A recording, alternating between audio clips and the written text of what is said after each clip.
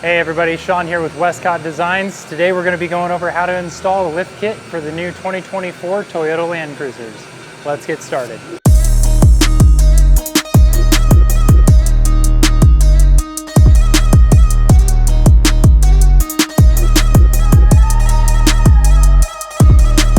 Alright, so the first step we're going to want to do is go ahead and remove the wheels and tires off of this, which is going to use a 21mm socket.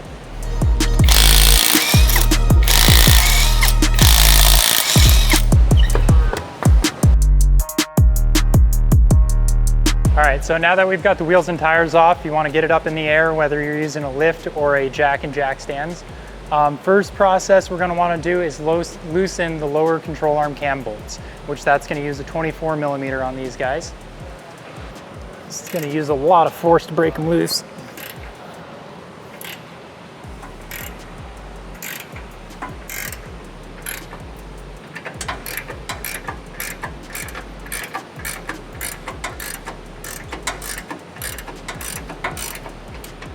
And you just want them loose enough to where it relieves the pressure in here, gripping on that lower control arm so it'll swing down.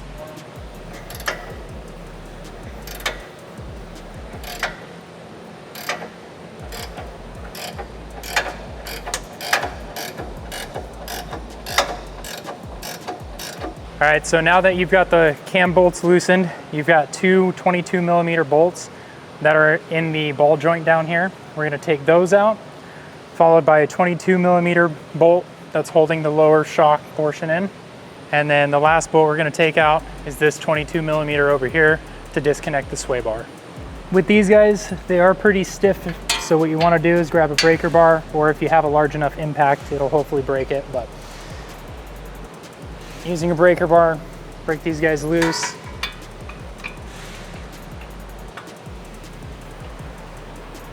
You can just hold on the rotor there, put some opposing pressure on it.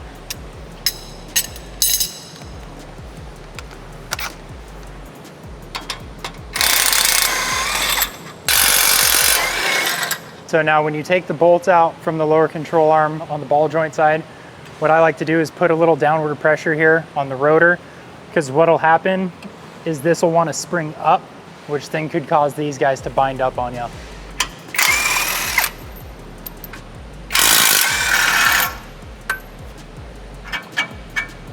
All right, so now that we've got all the bolts removed, next thing you're going to want to do is use a pry bar here. Just kind of work on prying the shock off of this little, there we go. So as you can see here, the shock will sit over this guy, and you just pry it off, lower control arm will swing down, sway bar will come disconnected from that as well. All right, so next up, we're going to want to take off the 4 nuts that are up top. What I like to do is start from the back, work my way around clockwise.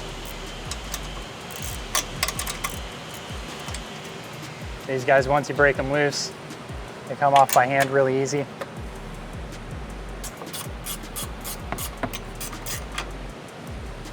All right, so now that you have the 3 bolts in the back taken off, and the nuts, the last one is gonna be this front one. I like to break it loose. I'll put some upward pressure on the shock here from the base.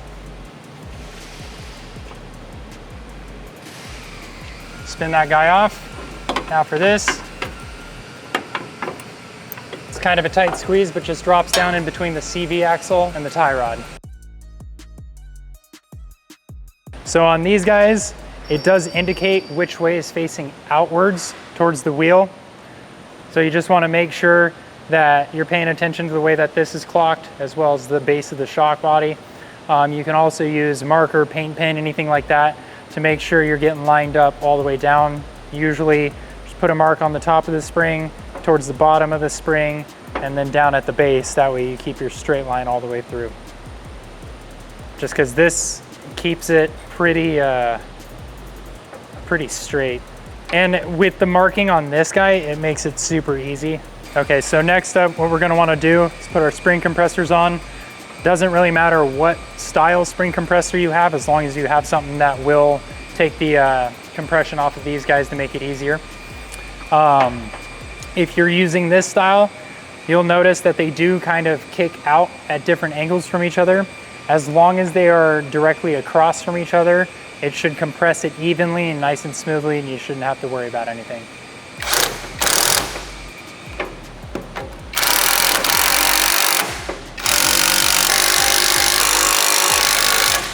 All right, once you have the compression off of them, you're gonna wanna take this top nut off.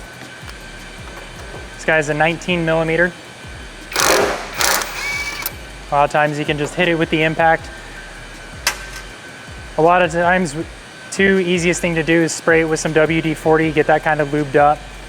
That way this nut will come off a lot easier. All right, so now what we're gonna do, we're gonna pull the top off the shock here. So this guy, once again, with the out logo on it, you wanna make sure that it stays in the same position. All right, once you have the main shock body pulled out from the spring, all we're gonna do, slide off the little rubber guard there. This plastic piece just taps off pretty gently. Just work your way around.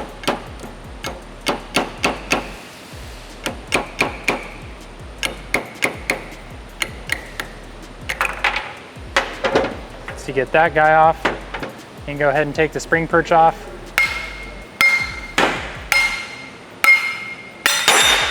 And if you just kind of hit it in a circular motion, it'll eventually work itself off. All right, once you have everything removed off of here, what you're gonna do is install your Westcott Designs preload collar. This guy's just gonna slide right over and set right in place. You take your plastic piece, slide it back over. Same thing when putting it back on. Just gonna give little light taps in a circular motion.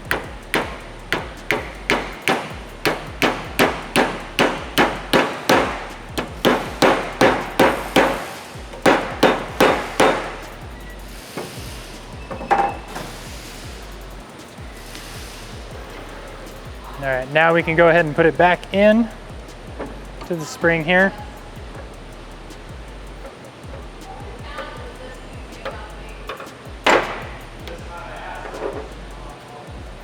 All right, make sure that you got everything lined back up properly.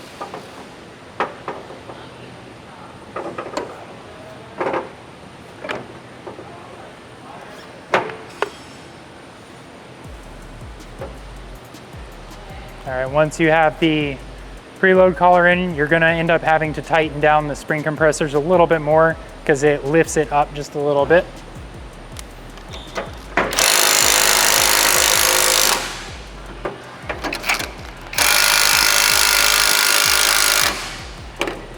You're gonna wanna make sure that everything's lined up. So the orientation of your shock to the top there. If you look, the spring is gonna sit inside this little indent here. So you wanna make sure everything's sitting properly. Making sure that your out arrow is lined up with the base of the shock body. Take your nut. And go ahead and get it hand tight. Take your impact.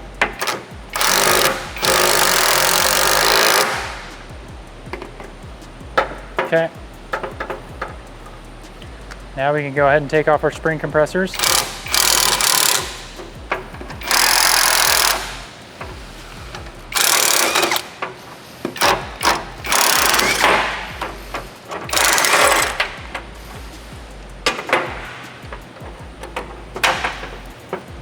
All right, and now we can go back in the truck. All right, so what you're gonna wanna do is get some Loctite on the threads here.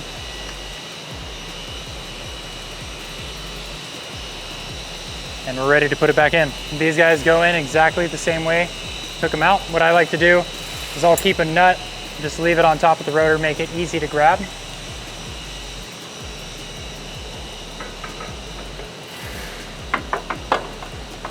Just come up through the bottom here.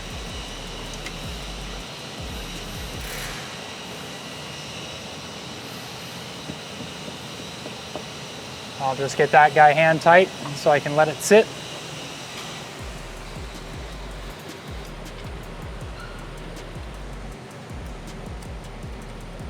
All right, so once you got these all hand tight, you're just gonna wanna come back in with your 14 millimeter. All right, so the next step, once we've got our nuts secured on the top hat, gonna come down, you're gonna lift up on the lower control arm, basically reverse the whole process.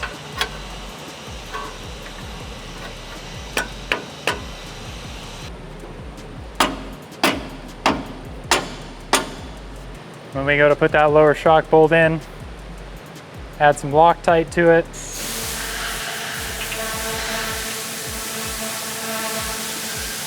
Go ahead and get it started by hand. Same thing with the sway bar, get some Loctite put on there.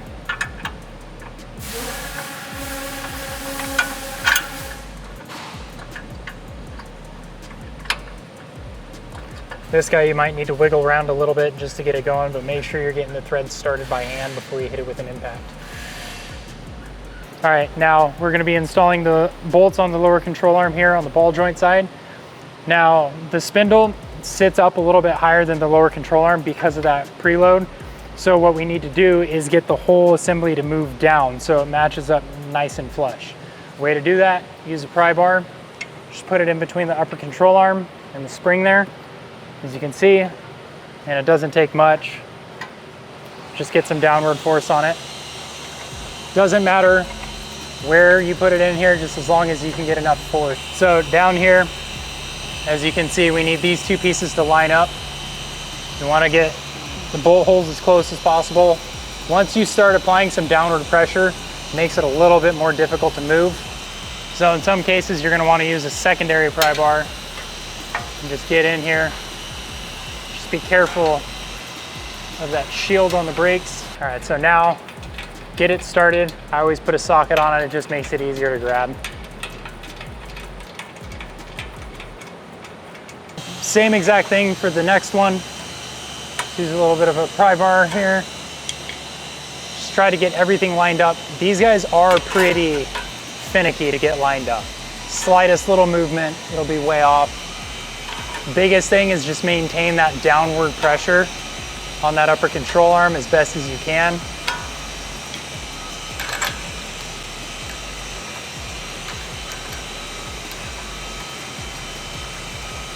All right, now that we got that one started in, we're gonna wanna use our impact on it.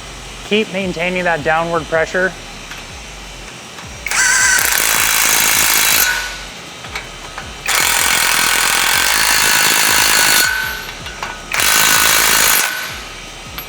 Once you have those bolts in the lower control arm all tightened up, next up we can go ahead and do our lower shock bolt as well as our sway bar bolt.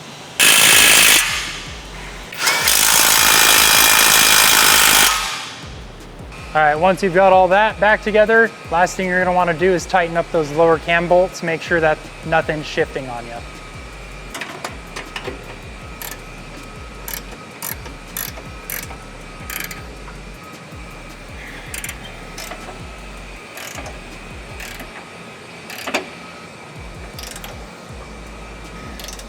Now that we've got the front all buttoned up, ready to go, now we're gonna move on to the rear section.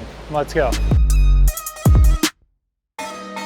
All right, so now that we're onto the rear, what we're gonna wanna do is take off the sway bar. We're gonna loosen up the top shock nut here, and then there's a 12mm bolt down in here for the wiring harness that we need to take off.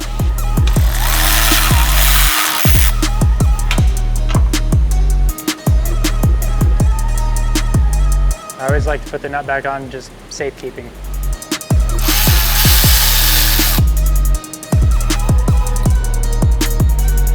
All right, so on this guy, what's gonna happen is it's gonna wanna rotate the whole shock body.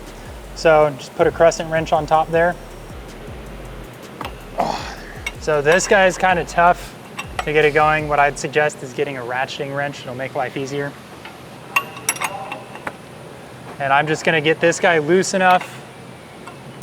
I don't wanna take it completely off because then the whole axle will wanna drop down.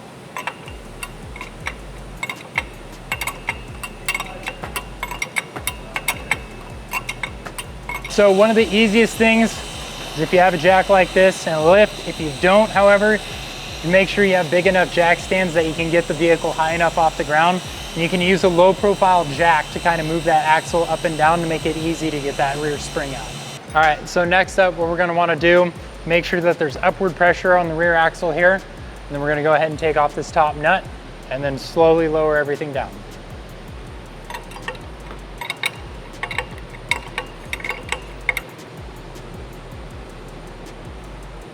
I'll pop off the top spacer there. Now when lowering this guy down, what you're gonna wanna do, so you can hear, it's got some play in it, but you wanna make sure that the shock is pushed away and still kind of centered up in that hole there. That way you're not damaging the threads.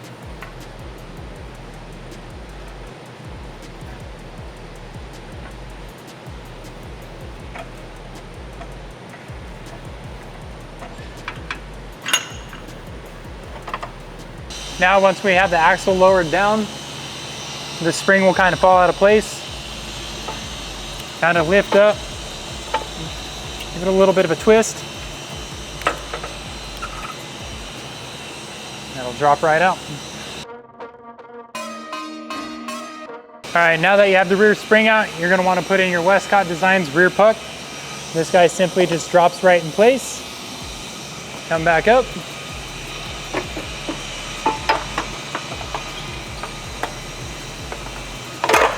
Once you have the spring in, you can go ahead and start raising up that rear axle.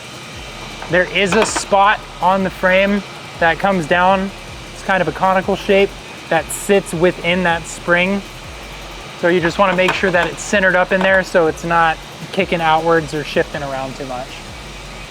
Now before you start going all the way up with it, take your shock, make sure you have it back in.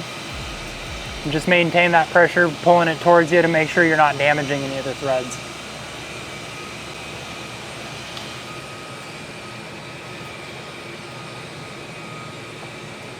Now, as you're going up, you don't want to make it so the shock is super tight in there. You want to make it so it's still got a little bit of a play. And all we got to do,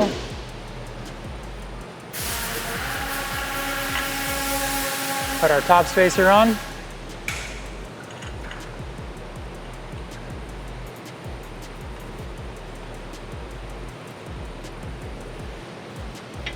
And at this point, you can go ahead and tighten that top nut.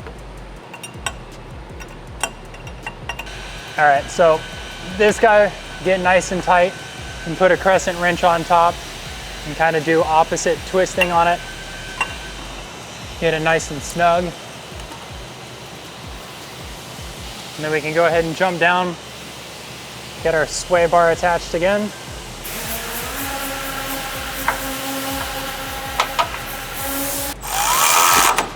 So the last step is you're going to want to get this sensor bracket put back in place.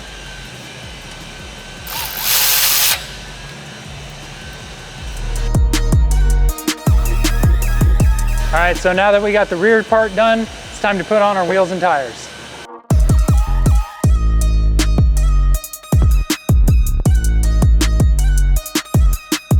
All right, everyone, that wraps up our installation of our Westcott Designs lift kit for the 2024 Toyota Land Cruiser. If you guys enjoyed the video or learned anything, go ahead and give us a like, comment, and subscribe to our channel.